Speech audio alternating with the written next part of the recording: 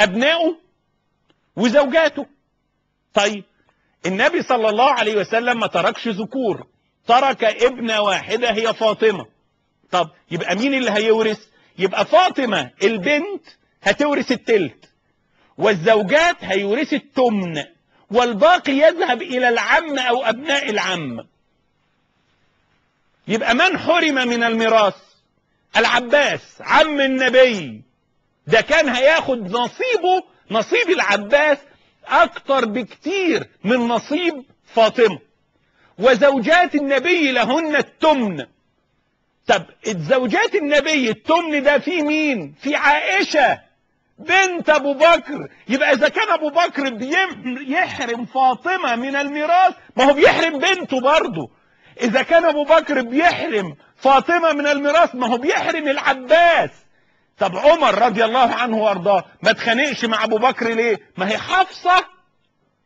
حفصة دي أخت بنت عمر، يعني عمر المفروض يزعل علشان بنته اللي اتحرمت من الميراث.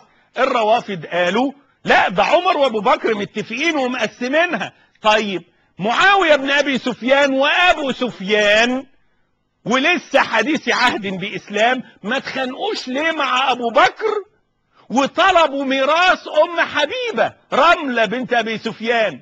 ما هي زوجة النبي، والنبي مات وهي عايشة.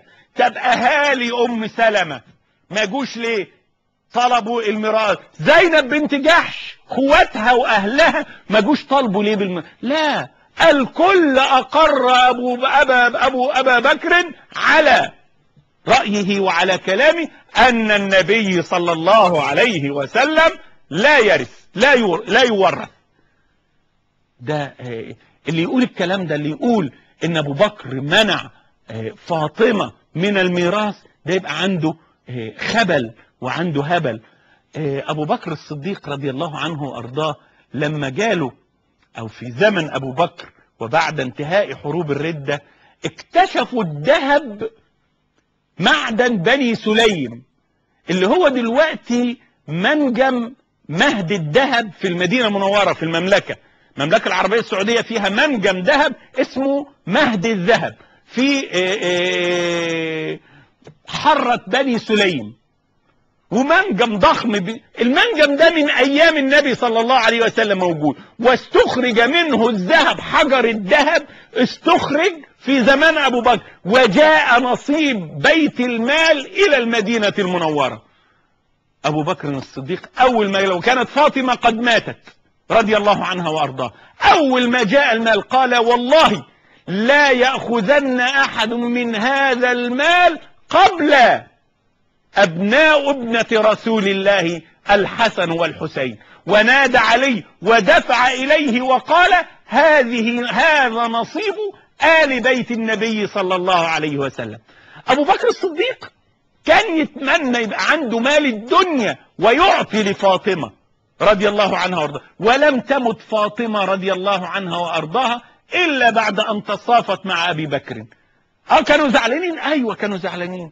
إيه المشكلة أن فاطمة هذه السيدة الفاضلة العظيمة يعز عليها هذا الموقف في مال أبيها، وما كانتش سامعة وما كانتش فاهمة وما كانتش عارفة القضية، لكن زوجها علي رضي الله عنه وأرضاه الذي كان إلى جوار أبي بكر الصديق رضي الله عنه وأرضاه يصنعون زمانا لعزة هذه الأمة، ويأتي خوارج هذا الزمان ويأتي منافق هذا الزمان، يأتي خلفاء عبد الله بن أبي بن سلول يريدوا أن يفتوا وأن يكسروا في عزة هذه الأمة وفي زمان هذه الأمة.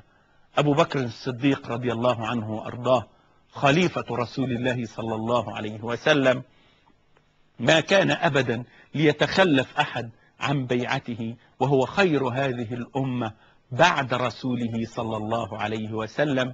أبو بكر الصديق أصبح خليفة لرسول الله، ويأتيه أسامة بن زيد: يا أبا بكر هلا صرفنا الجيش؟ جيش أسامة بن زيد الذي كان يجهزه النبي. يا أبا بكر هلا صرفنا الجيش؟ فيقول أبو بكر: لا والله ما كان لأبي بكر أن يحل لواء عقده رسول الله صلى الله عليه وسلم. وعمر: يا أبا بكر كيف تسير جيشا والعرب قد ارتدت؟ وصار خلاف بين أبي بكر وعمر. في الغد إن شاء الله نرى مصير هذا الخلاف ونرى أمر جيش أسامة بن زيد. حتى نلتقي أترككم في رعاية الله وأمنه، والسلام عليكم ورحمة الله وبركاته.